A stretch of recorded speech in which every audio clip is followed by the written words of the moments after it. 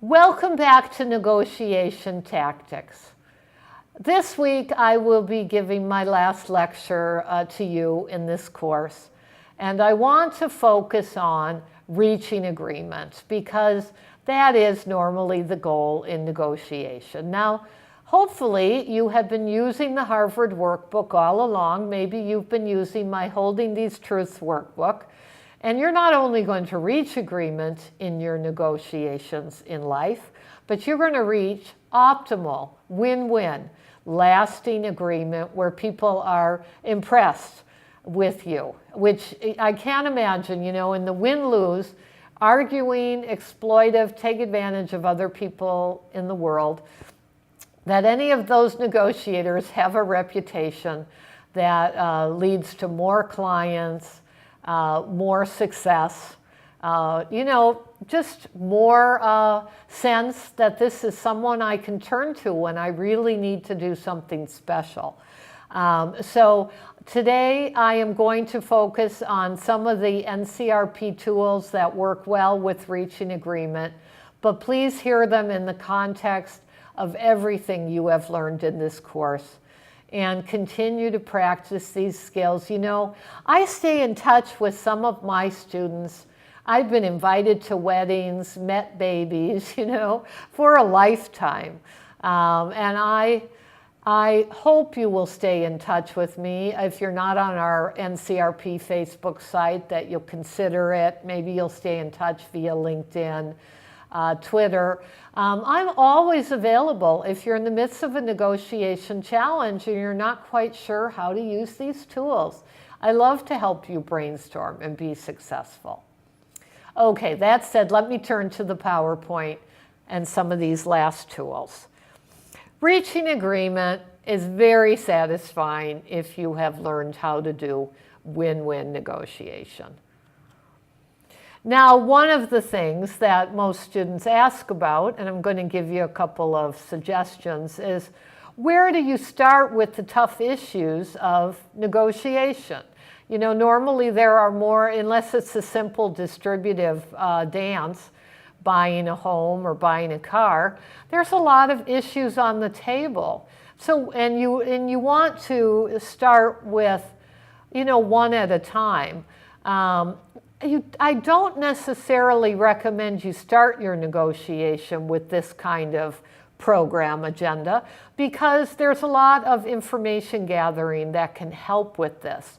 And even getting to the point of interest identification and identifying common ground can be important before setting, your agenda of where you start. Sometimes you have to start with the first issues. There's no way around first things first. So that's a logical common sense suggestion. This is one, though, that it seems to be counterintuitive to many negotiators, many human beings. Many of us look for, the rocks in our path, the problems, the entrenched positions. We haven't trained ourselves to look for the openings, the possibilities, the path of least resistance. And certainly most negotiators don't think to look for the issues where there might be easy, pretty fast agreement. So please discipline yourself to start looking for it, make things easier on yourself. This can really build trust. Then there's also building block agreements. You need to start and build agreement on certain issues in order to build a foundation to make future negotiation possible. And all of these agreements qualify as agreement, as success.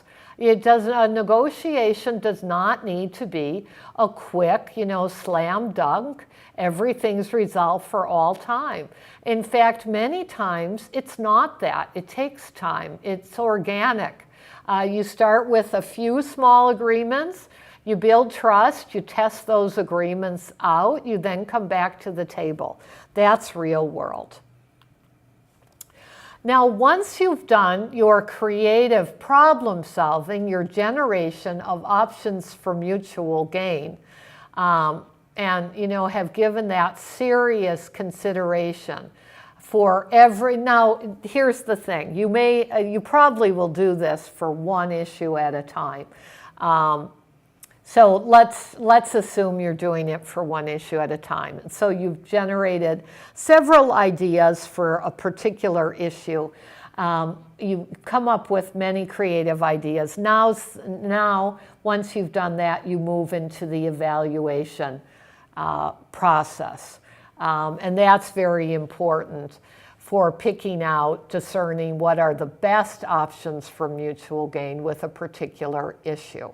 And what I would recommend as you negotiate, if you hear people being critical, you're studying negotiation tactics, but your other negotiators may have never studied win-win. So they're likely to say yes, but discard an idea. Take, their criteria, like if they're criticizing cost, and put it in an evaluation criteria list. That way they're reassured that you're listening to them, but you're guiding them in separating creative generation of ideas from evaluation of the ideas. You might even want to explicitly say that to other negotiators. Now, here are some sample evaluation criteria. Most cost-effective is the norm for many negotiations. Efficiency matters in the private sector particularly. Sometimes easiest, like I said, start with what's easy and build agreement, build trust, build your relationship with other negotiators. Now, critiquing, ranking all options for mutual gain is one way to evaluate logically.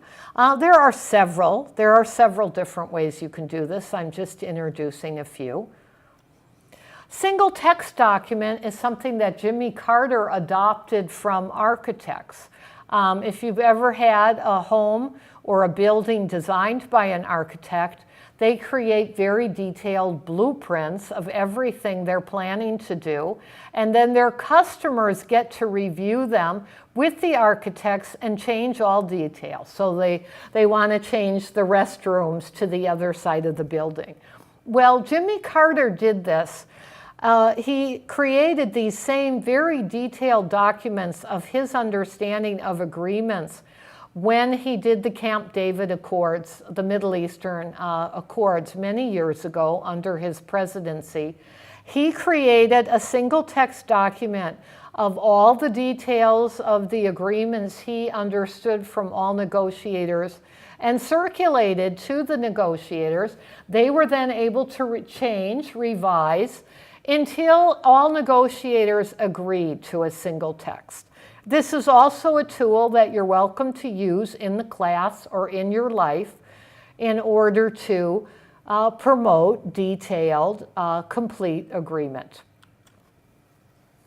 Whatever it takes to get to resolution, and I'm already saying quality resolution is what I want you to do, but whatever it takes, I encourage you to try it. It's your negotiation process.